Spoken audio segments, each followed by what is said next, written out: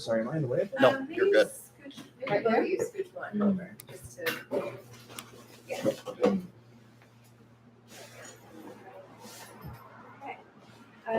Welcome everybody. So excited to have such esteemed guests here tonight at Zibby's Bookshop. Welcome to people on the live stream and everybody who came out tonight. Thank you for being here.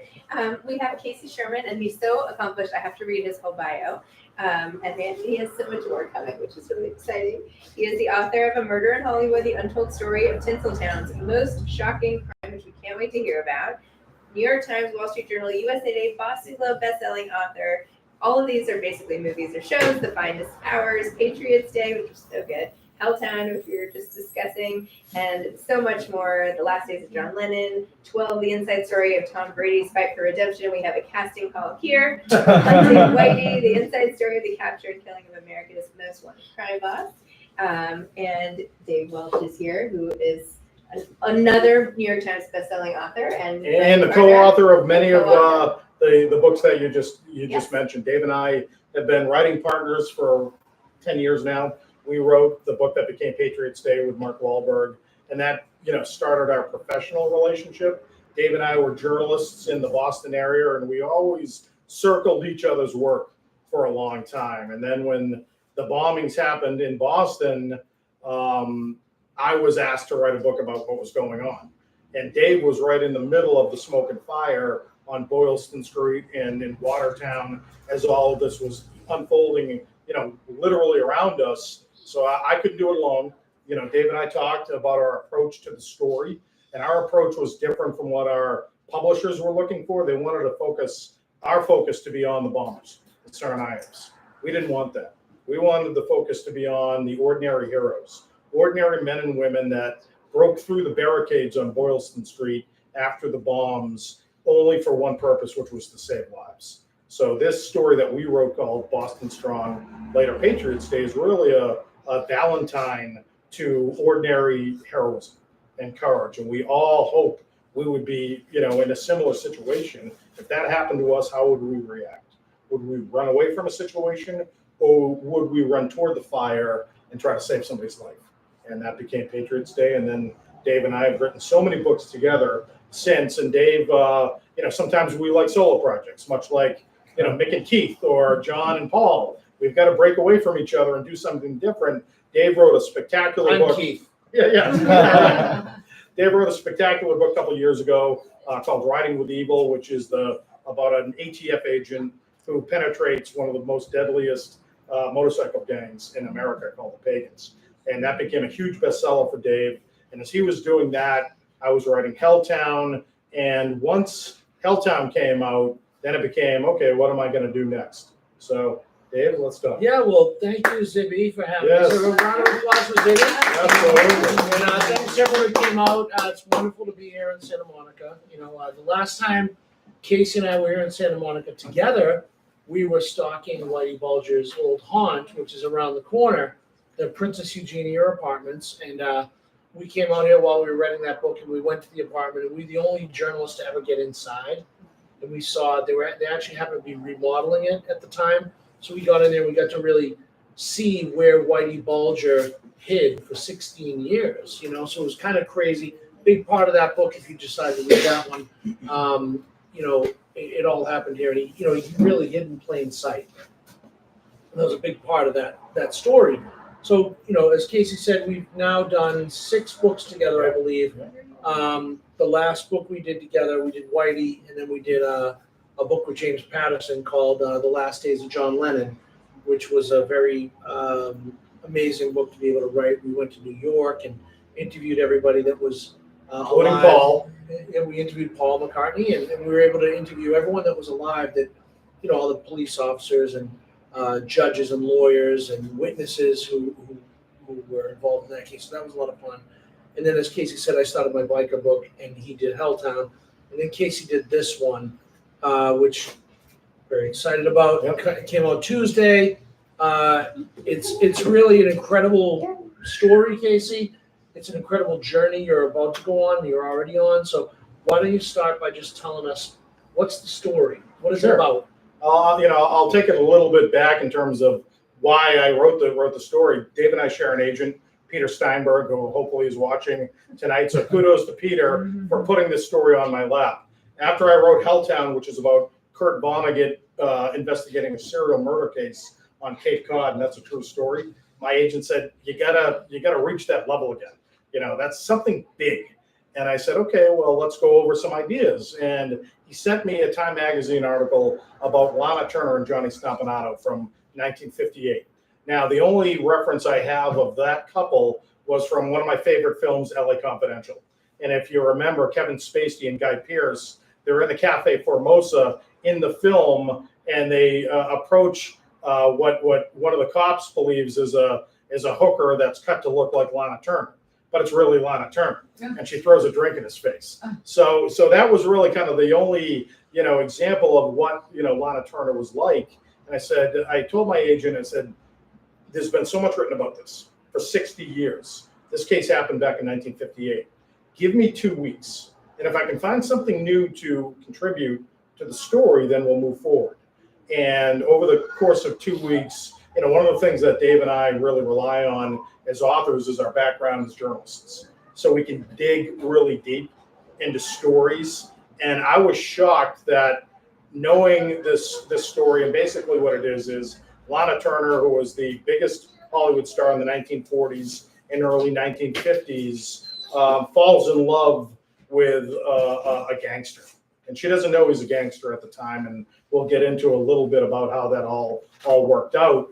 And the gangster ends up dead on the bedroom floor of her Beverly Hills mansion at 730 North Bedford Drive in Beverly Hills. And it creates the biggest scandal in Hollywood history up to that point. And Lana Turner has been looked at by history as a femme fatale, kind of a villain in history. And when I re-examined this case, I rewrote the script on Lana Turner based on the research that I did.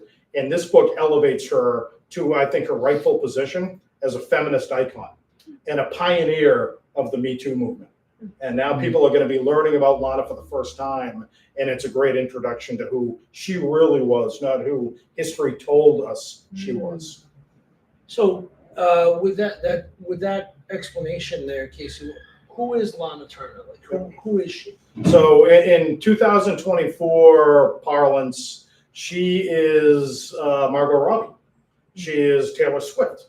That's how famous Lana Turner was in the 1940s at the height of her career. But she's also the subject of the greatest Hollywood discovery story in history.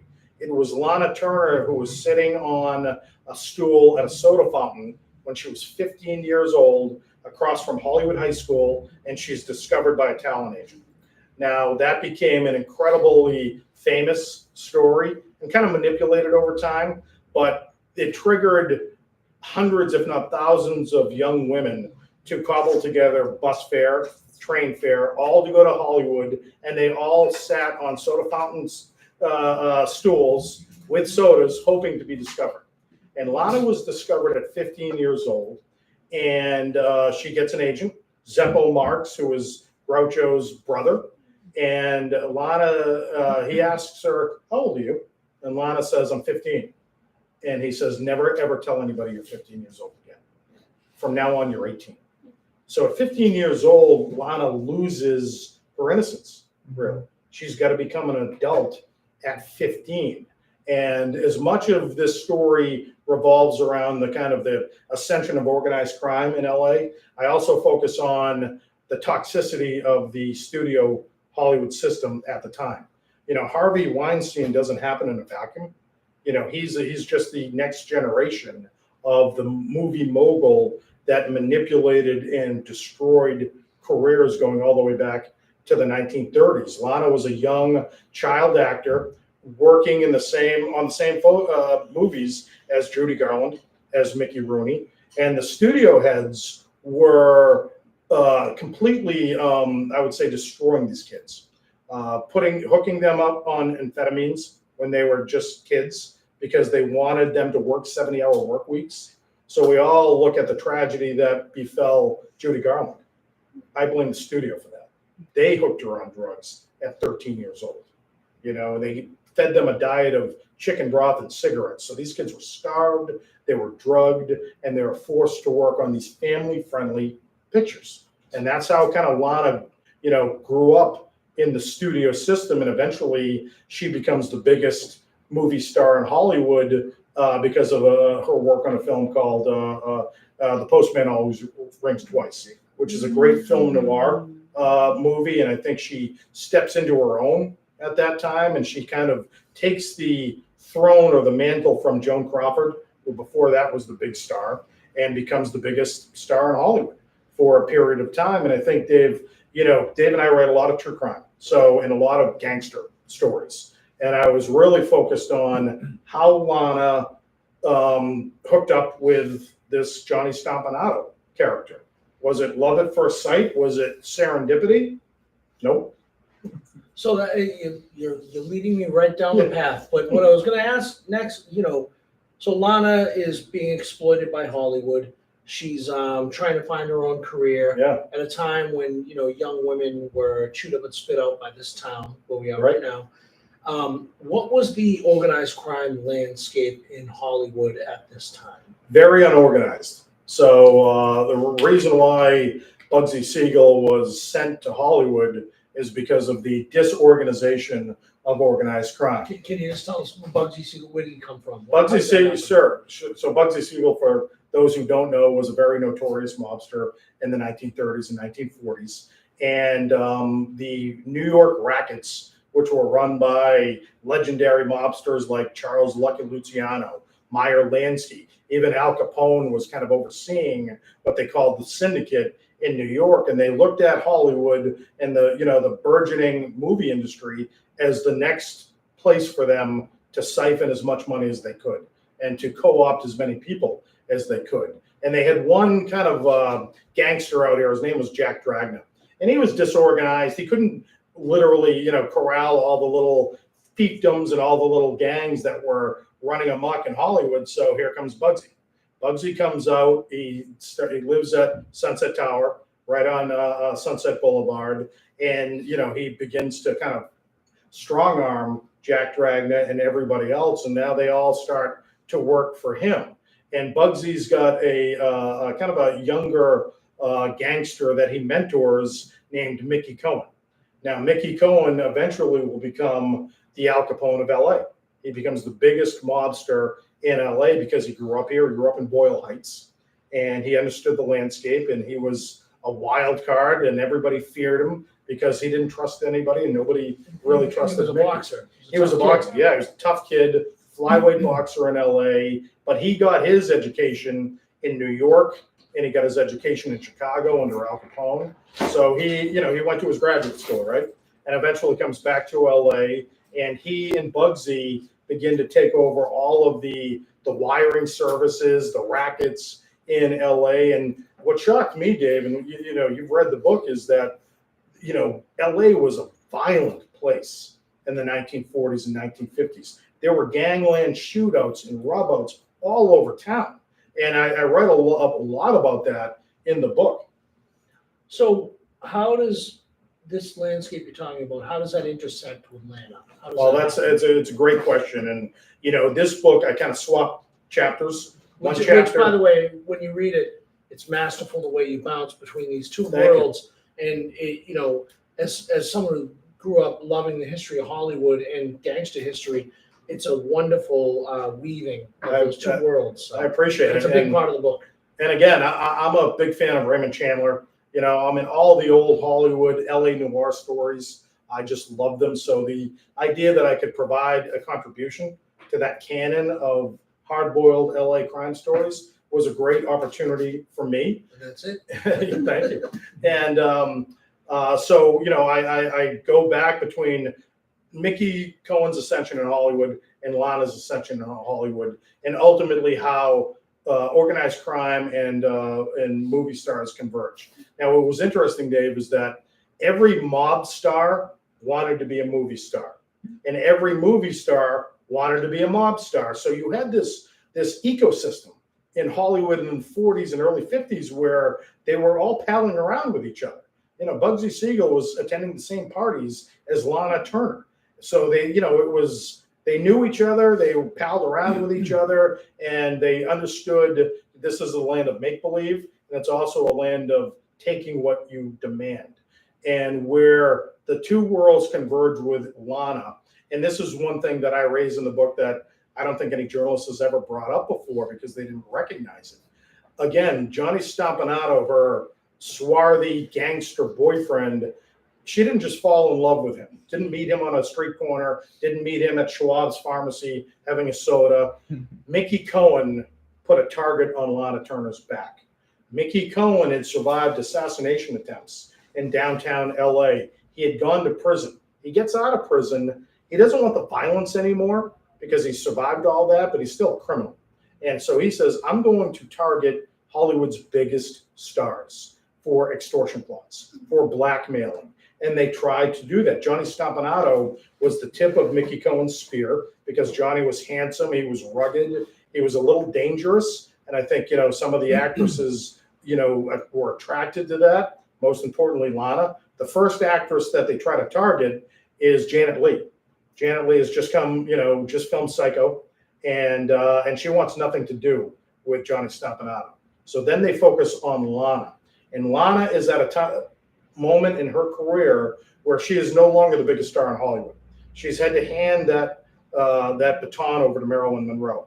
Now she's aging out as an actress, and she's only 37, 38 years old. But she's only being offered matronly roles in movies. And Lana, what I love about her and what she never gets the credit for is she recognizes this and she creates her own production company. The first actress in Hollywood to do so without somebody else partnering with her. Lucille Ball and Desi Arnaz had a production company, but Lana did it all on her own. But Lana was vulnerable because she was no longer a contract player for MGM. She's trying to produce movies on her own. And Mickey Cohen said she's the perfect victim here because we can swoop in, we can seduce her, we can put her in compromising positions, and we can film her. And then we can blackmail her and bleed her financially for everything she's got. And that's what they tried to do, unbeknownst to Lana Turner. Now, this is before the internet. Lana couldn't Google Johnny Stompanato and realize quickly that this guy's a gangster. And he doesn't even go by his name, Johnny Stompanato. He's got an alias, John Steele. And that's who she falls in love with. But as she, begins and goes down that path of this relationship, the relationship becomes incredibly violent. Now, Lana, before she meets Johnny, has had several husbands. They all have abused her financially, sexually, psychologically. And I think I opened the book, guys, with an unsolved murder in San Francisco, and it's her father. Lana Turner's father was killed during a card game in San Francisco when she was a child. And he had gone to that card game to raise enough money to buy a bicycle for his little daughter. So Lana never had a male strong figure in her life. Everybody took advantage of her. And here comes Johnny Stompanato, who is, a monster times 10, taking advantage of her financially, sexually, emotionally, and then just violently putting her under his thumb. And Lana wants to break away. And ultimately, she does. So I don't want to give away too much of the story because, we want everyone to read the book and watch the movie. That would be helpful. And watch the movie, yes. But, was Lana Turner a happy person? I wouldn't say she was happy. I think she was sad. She's a tragic figure in Hollywood lore. She had a young daughter named Cheryl Crane who becomes thrusted into this very dramatic situation in 1958. And Lana had a lot of responsibilities. She had to take care of her daughter. She had to take care of her mother. Every husband that she married siphoned millions from her. So she was always the tragic figure in every relationship that she was in. And she looked at Johnny originally as this, handsome, rugged, real man who could take care of her. And he's the opposite. And he changes his kind of philosophy about Lana in midstream in their relationship. He no longer wants to be, beholden to Mickey Cohen. Now, Johnny Stompanato likens himself to Chili Palmer. Has anybody seen Get Shorty? Remember John Travolta, the gangster from New York, goes to LA and wants to be a producer. That's what Johnny Stompanato now wants to do. And he's using Lana as his ticket toward legitimacy. But Lana wants to get away from him. And the catalyst that leads to a murder in Hollywood is Oscar night 1958, where Lana has been nominated for the first time for Best Actress for a role that she took in Peyton Place. She doesn't win, but it's the greatest night of her professional life. She's at the Oscars with her daughter and her mother, the two people that she loved most in the world. And they have a wonderful evening together. And at the end of the night, Lana gets back to her bungalow in Beverly Hills, puts, her daughter Cheryl to bed, gets into her bedroom, and who's there? Johnny Stompanato in the darkness. And on the greatest night of her professional life, she's almost killed. Johnny Stompanato beats her over the course of several hours, almost to the point of killing her. And Johnny Stompanato makes a tragic mistake for Johnny Stompanato because he threatens to kill her. And then he says, I'm not only going to kill you, Lana, I'm going to kill your kid.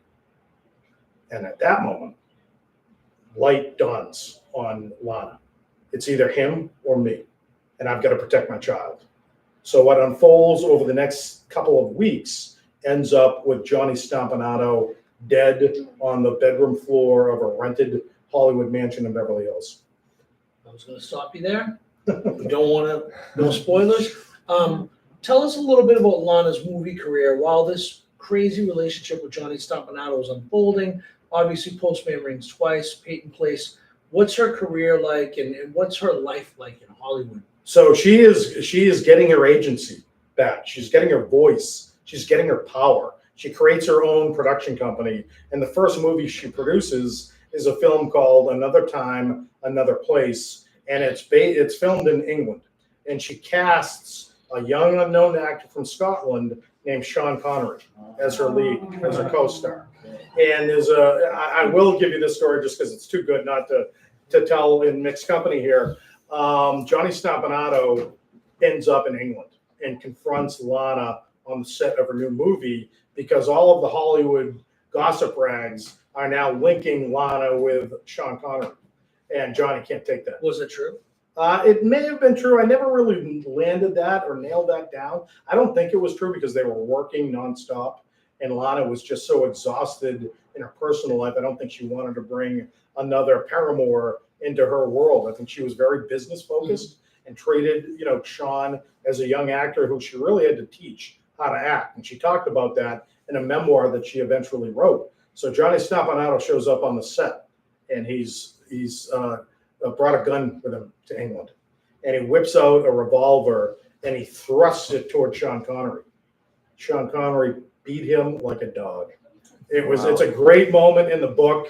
Young Sean, before he's James Bond, he shows a jiu-jitsu move and takes the gun away from Johnny Stompanato and knocks him out.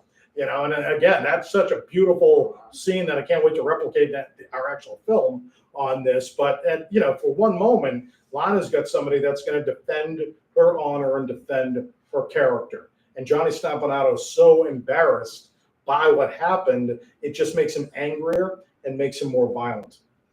So obviously, this is in development for a film. Yeah, so very lucky. Talk to us a little bit about that status of the project right now and what your hope is for when we can see this on the big screen. Well, when you and I write books, and any author out there, the first thing you do after you write a manuscript is you try to get endorsements from people that you respect. So I reached out to screenwriter Terrence Winter. Terrence Winter was one of the creative forces behind The Sopranos. He also created Boardwalk Empire. He was nominated for an Oscar for writing Wolf of Wall Street.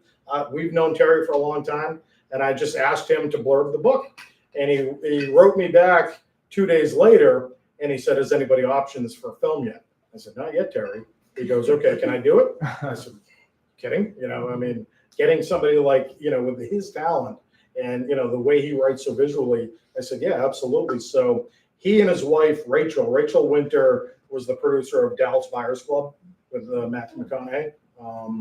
and they're optioned it. Now they're developing it into a feature film. We're looking to attract a female director because this is a book about female empowerment. It's a story about that, and it has to have that view in it.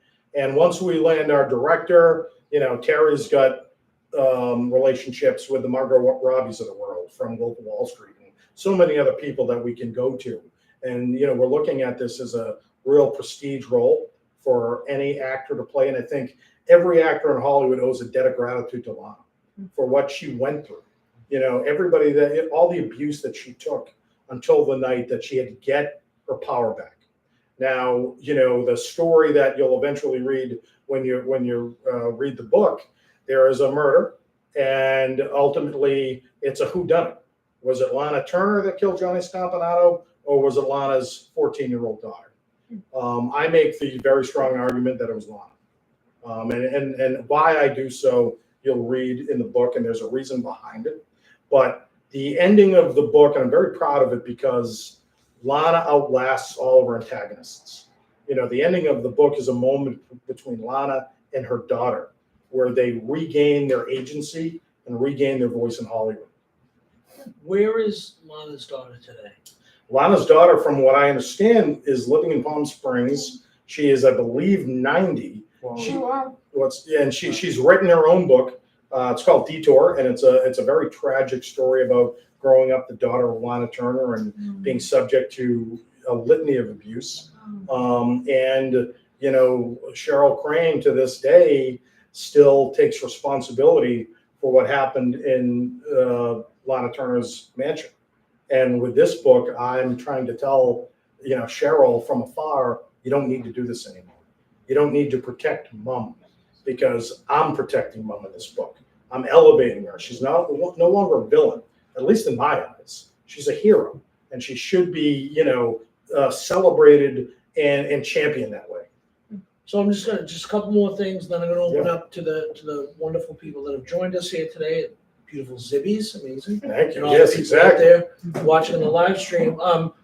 You and I, we've written 6 or 7 books together. You've written 17 books now, I believe, on your own. And we always look at these books as a personal journey, and we invest in them. We take the time to, really dig in and feel it. It matters a lot, I think, in the storytelling. For this book, you put a lot of time into coming out here and investigating the story, visiting all the sites, learning about the history of Hollywood during that time. So tell us about that journey. And you were on it for a couple of weeks, I believe, going all the locations. Yeah, all the locations, and and poring over primary source documents from the 1950s. And you and I approach stories the same way, Dave. We have to look at, touch it, and feel it. We can't write it from afar. So even though this tragedy or this murder happened in 1958, the ghosts of Lana Turner and Johnny Stompanato are still very much alive in LA, and Mickey Cohen.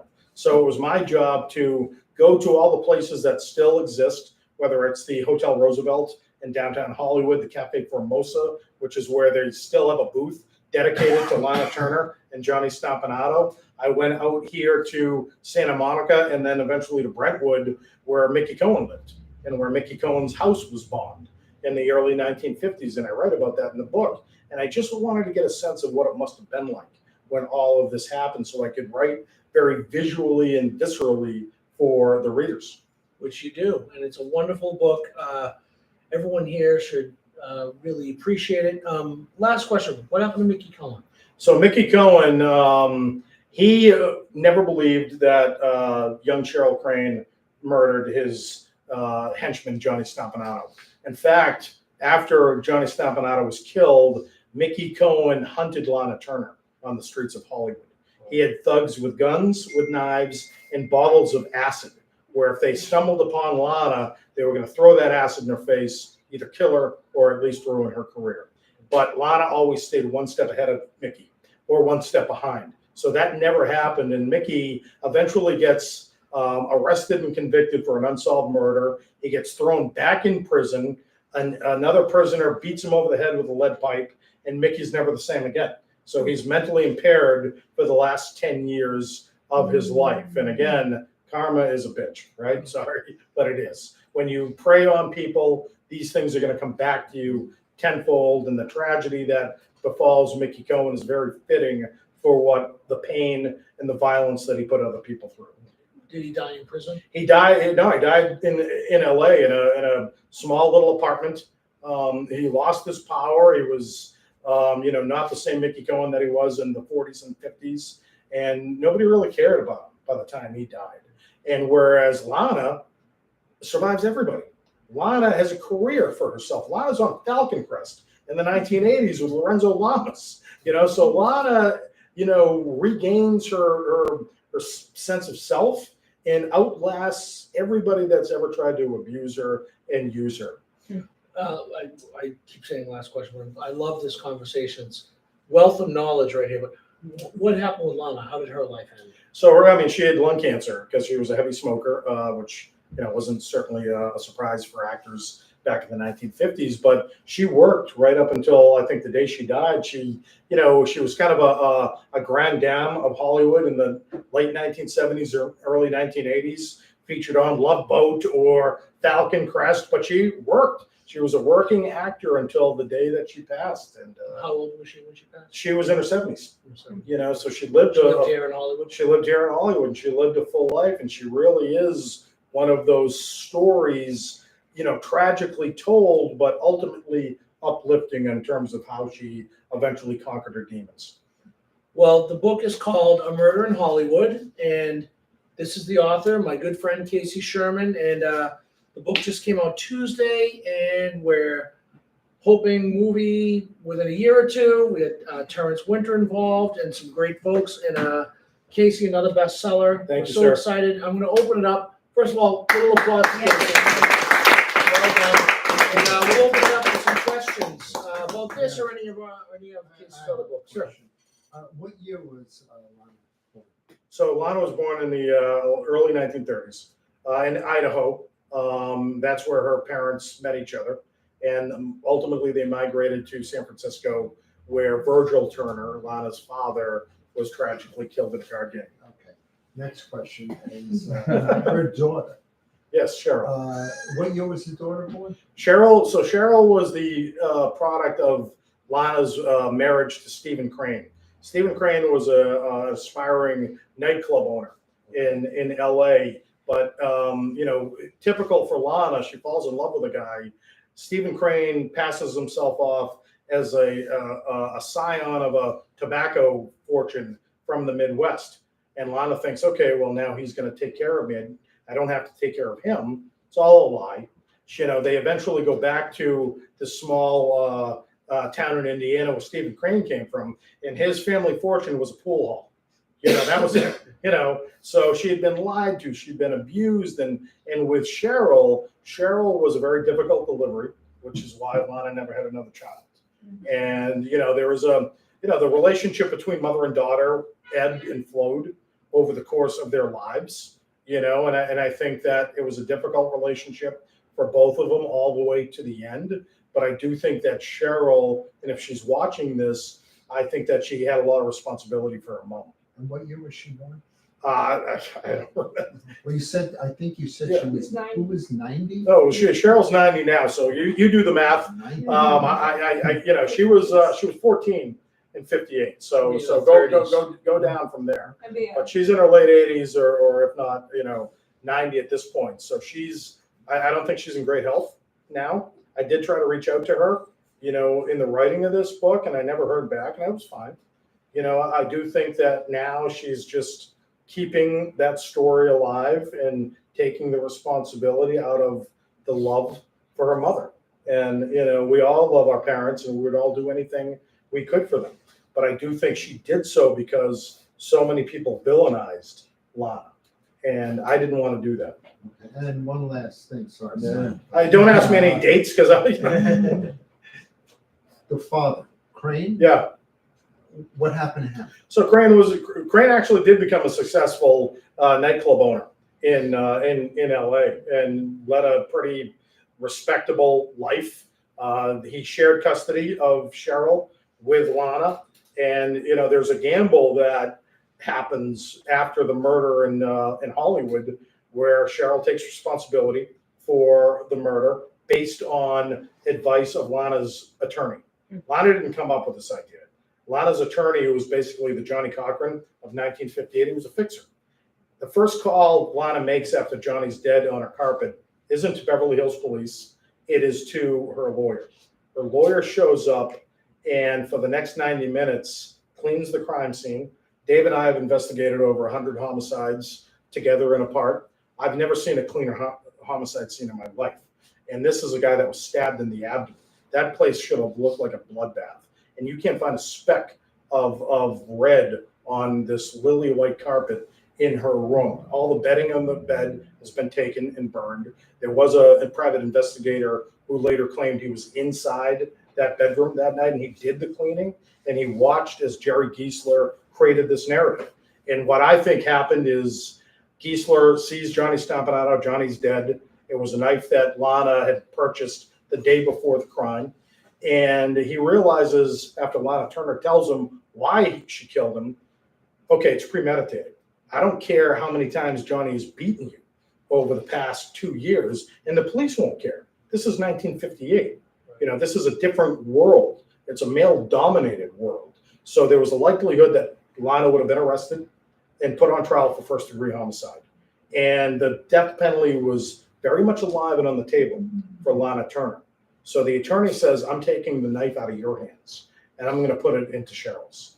The 14-year-old daughter stumbles upon an argument between, you know, her mother and her boyfriend, and she's got a knife in her hands. Oh, geez, how'd that happen? And Johnny walks into it, and he's killed. And he says, I can win a justifiable homicide verdict if it's Cheryl and not you. And it was a gamble that the lawyer really convinced Lana was the right course of action. It almost didn't happen that way, but ultimately it did. And poor Cheryl was, you know, she was put into juvenile hall for a short period of time, but ultimately released. And Lana was certainly,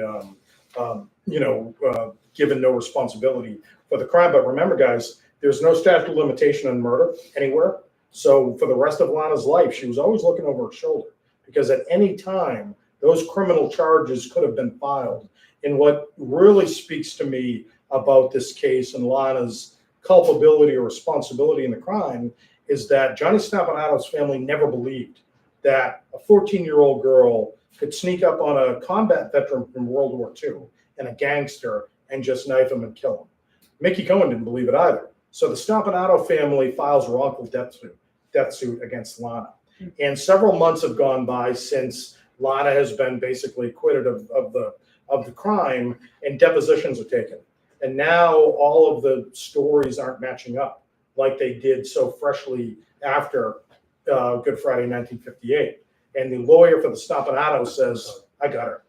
I'm going to put her on trial for civil trial. We're going to get her to claim responsibility for Johnny's death. And that's going to lead to criminal charges. And Lana settled the case. Didn't let it go to trial because she knew. And it couldn't be self-defense? It could not in 1958. Now it could. 1958, they didn't care. Battered women's syndrome didn't exist back then. It's so shocking to, you know, and it makes me disgusted. I've got 2 daughters. You know, the fact that they could have been subject to that in 1958 and the male-dominated society overlooked it. You know, well, that's your problem. That's your fault that Johnny got violent against you. Did the daughter go on to marry and have her Yeah, the daughter had a great life and became a real estate agent, I believe, and wrote her own book. She actually wrote a novel called The Killer Always Rings Twice. And, you know, she had a long-term partner in her life. And I think she ultimately, you know, led a very productive and happy life for herself, which is, again, such an amazing thing to consider here. Did she have kids? She did not have any children. Okay, so Yeah, you know, and again, I think that goes back to some of the trauma, and you're going to read about some of that trauma in A Murder in Hollywood. We didn't touch on it, but it's dark, and she was abused and survived it. So, you know, as Lana was a survivor, so was Cheryl Crane. Yes. There's just so much to unpack here. I was wondering what the conversations were like with Terrence. You know, you're doing a movie or a series. That's a great question. So how do you tell this story? I mean, I tell it long form. Terry is going to find a moment in time that makes for a feature film. So, you know, we're not going to see Lana getting, discovered on the soda fountain. but we will probably have reference to it in some way, shape, or form. But he's such a brilliant storyteller that he can really deconstruct a lot of the stuff that I provide him and create something totally new. And Dave and I have had, two books turned into films, and we understand that there's a compromise there, that you're handing over your source material to filmmakers and they want to put their own spin on it because they're creatives, right?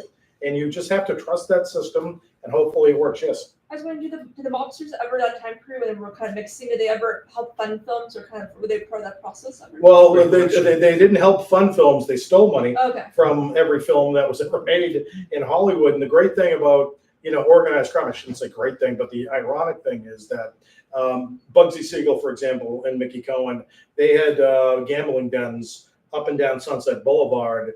And who were their most popular clients? They were all the movie moguls. They were the heads of studios that were gambling addicts. Oh. And so they would end up owing Bugsy and Mickey hundreds of thousands of dollars. And that allowed organized crime to bleed into every film production and siphon out as much money as they could.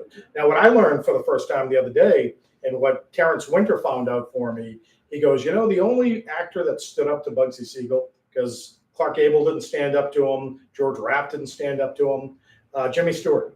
Bugsy Siegel tried to extort Jimmy Stewart, and Jimmy Stewart said, "No, you're not doing that to me." And Bugsy Siegel backed off. What's that? Frank Sinatra. Frank's in the book, and Frank has his own situation with Mickey Cohen, which you'll read about. One of the great things about writing the story is there are so many historical figures that come up in A Murder in Hollywood, and one person I focus on a little bit is Ronald Reagan. Ronald Reagan is 28 years old. He is the fresh star for MGM, and this is kind of sickening. The studio forces him to date 16-year-old Lana Turner and squire her around Hollywood and seduce her, which he did. She's a child. The double standard that existed at that time is just, it's heartbreaking that these young women were just fed to predators of all shapes and sizes. Casey, let me ask, when you say extort Jimmy Stewart, how did the racket work back then? Did Mickey Cohen and his gangsters, did they basically put these actors in a positions where they could blackmail them so they could steal their salaries? Like, how did it work mechanically? So with Bugsy asked for loans from all the biggest stars of the day, including Cary Grant. Now, they had to pay those loans, and Bugsy had no recourse to pay him back. It was literally just, you're going to give me 20 grand, and it's a loan. Just call it a loan. And knowing that Bugsy's never paying that back. And he tried to do the same thing with Jimmy Stewart. And Jimmy Stewart didn't give him a dime, and Bugsy never tried to break Jimmy Stewart's legs. So strong arm. Strong arm. And that was the easiest kind of way, it's kind of a simplified way of how organized crime preys on everybody. You and I, Dave, we've written about Whitey Bulger, we've written about gangsters, and the one thing about gangsters, and they're always glorified, whether it's in books or in Hollywood, gangsters look at you and me as a mark. They are going to bleed you dry. They have no friendships. They're sharks. And, they may co-opt you, and you may be excited to be in their world for a night or a week, but all they're looking at is, how do I take everything you have? And that's what, And that's what they did. that's what they did with these actors. And with some of these actors that were exploited in the 1950s, Merv Griffin, Liberace, these closeted actors that couldn't publicly love who they loved. So Rock Hudson, they had to, Johnny Stompanato was bisexual. So he was also extorting male powerful figures in Hollywood as well, and threatening them with exposure of their lifestyle in 1958. They all had to be closeted because of the mores at the time. And again, you break your heart when you read about this thing and feel like, God, these people, were victimized. Is your expectation of this movie to be almost like a Goodfellas, where the main character is narrating as you go along, where Lana would be narrating the different... Maybe. I think that's a Terry, decision. I'm to just make. wondering what your expectation. Yeah, my expectation is, obviously Lana's the star. So it's really the story being told through her eyes. And, Terry does such a great job with dialogue and, who's your POV, right? Who's your point of view? And it's got to be, Lana. And exposing all of her idiosyncrasies and some of the bad decisions that she made, because again, she had no male figure in her life that she could look up to. Everybody took advantage of her, and it ultimately led to a spate of violence where I think anybody in this room who was a child would do anything we could to protect them. And that's what Lana did. Any more questions? We'll take like 2 more. Yep. I got it. Yep. Yeah, You go. sir. Did you ever talk to Dominic Dunn about this case? Dominic Dunn, no, Dominic passed before I wrote about it, but he wrote about it. He And was obsessed with he lived right around the corner. it. Okay. From North Bedford Drive. So he was actually at the crime scene that night because of brought out the whole neighborhood. And he said in his memoir, he goes, I wonder what Jerry Giesler is telling Lana Turner inside that home right now. It's because he never believed that, the kid murdered Johnny Stompanato. So he was a great kind of, unique voice in a murder in Hollywood that I was happy to include. Yes. Last one. Yeah, super pumped to read it. Excellent. Congrats. And you guys are both Boston guys, right? We're Boston So that's guys, pretty, yeah. I think it's really cool how you guys tell the best stories that come out of there. Thank you. Pretty sick. You throw a pebble in Boston, you're going to find a great story. Yeah, you know? yeah. So, I mean, you guys have hit a ton of them. So my question, one for you, and one for Yeah. the other. What's next for Casey? What's next for Dave? And what's next for Casey and Dave? That's a great question, and I'll start with what's next for Casey. Casey's already written his 18th book, Wow. which comes out next year, and it's a book called Deadly Depths, and it's about a teenager with Asperger's, true story, who takes his mother out on a deep sea fishing trip off the coast of Rhode Island in 2016. The fishing boat goes down in deep waters. The mother drowns, and he is left in a life raft for 7 days before he's rescued. And the story at that time is a bittersweet survival story. And people are comparing him to Tom Hanks in Castaway. But when he gets back to the dock in Boston, the Coast Guard starts to pick away his story. And they realize, well, you're drifting in the opposite direction from where you should be right now. So they believe that he killed his mother. And then they realize that he's also the prime suspect in his grandfather's shotgun death 3 years prior. And it's all to wrestle control of a $50 million family fortune. It makes the Murdoch case in South Carolina look like a bunch of pikers. But here's the thing. I went into that story, and Dave and I always go in completely independent from what we've read and had been led to believe. And I came out of it thinking he may be innocent. He may not be guilty. And he may have been targeted because of his Asperger's. So that's the story. That's a psychological thriller. And I kind of leave it to the reader to decide either this kid is the greatest criminal mastermind in the world or there's no effing way he could have done any of it. And I wrestle with that every day. What's your next So one? my next book, I'm doing a book about Marvin Hagler, the boxer from Brockton, which was my hometown. It's a very unique way into the story that a lot of people don't know. Really, Marvin Hagler was a pretty soft-spoken guy, but I kind of call him in this book the accidental civil rights hero, where he was denied because he was such a Vegas outsider. Him and his trainers. It's really about the relationship with him and his trainers. How his family, Marvin grew up in Newark, New Jersey, and him and his family escaped the riots in Newark in 1969. He moves to Brockton, Mass, meets up with these two middle-aged World War II vets. The three of them build this unit to become a boxing phenomenon. They're kind of outsiders. The boxing industry in the 80s was so corrupt. They fought it. Long story short, what happens is they finally get their title shot, and it's against a white supremacist. And so Marvin ends up fighting a white supremacist. I don't want to give away the whole story, but like I said, he basically wasn't a political guy, but he fought racism physically with his fists. So that's my next book. I'm in the middle of writing it now, and one of the reasons we're out here is I had a bunch of meetings. It's also going to be a film. Yeah, with people on that, but together. So we're still not sure what we're going to do for a book. But one of the things we're out here for, in addition to this tonight, is our book Ice Bucket Challenge, which we wrote a few years ago. Casey and I have adapted that into a script. We've had several meetings on that, so we're trying to get that going. And anything else? Yeah, Ice Bucket Challenge is about Pete Frates, a young man that is diagnosed with ALS at 28 years old. And he uses that diagnosis as a mission to change the world.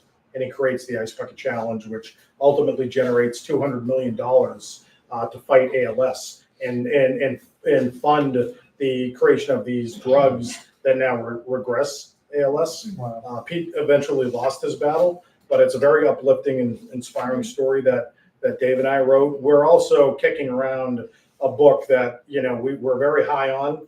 It's called The Kabul Connection, and it's about 9 U.S. airmen in 2009 who were murdered at the Kabul airport in Afghanistan. And it was the popular story is a radicalized colonel in the Afghani Air Force killed 9 servicemen. Didn't happen. What happened was these 9 servicemen uncovered a plot at Kabul airport where the Afghani Air Force was using American cargo planes to smuggle heroin all over the world. And the American intelligence knew it, but they had to turn the other cheek, look the other way, because the Afghani Air Force was their partner in prosecuting this war in Afghanistan. And we tell the story of a father who lost his son, who was a major in the United States Air Force, who uncovered this plot. And he's a lawyer from the New England area.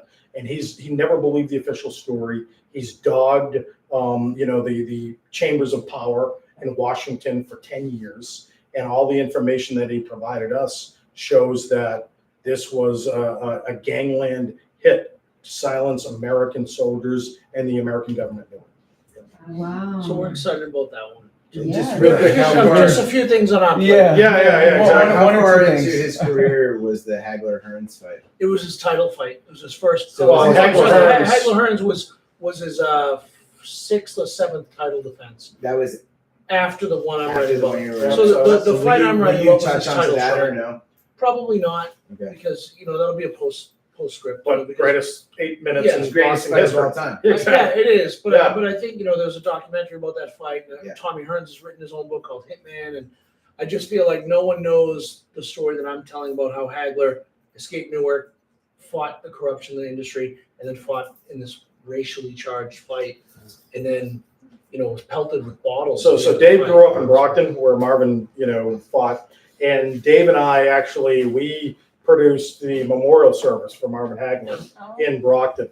And we reached out to everybody that Marvin had fought, including Sugar Ray, Roberto Duran, Tommy Hearns. We wanted them all to attend this, celebration of Marvin's life. We, Sugar Ray Leonard sends us a video. It's during COVID, so it's a bit of a It was challenge. actually a great video. Yeah, it was a great video.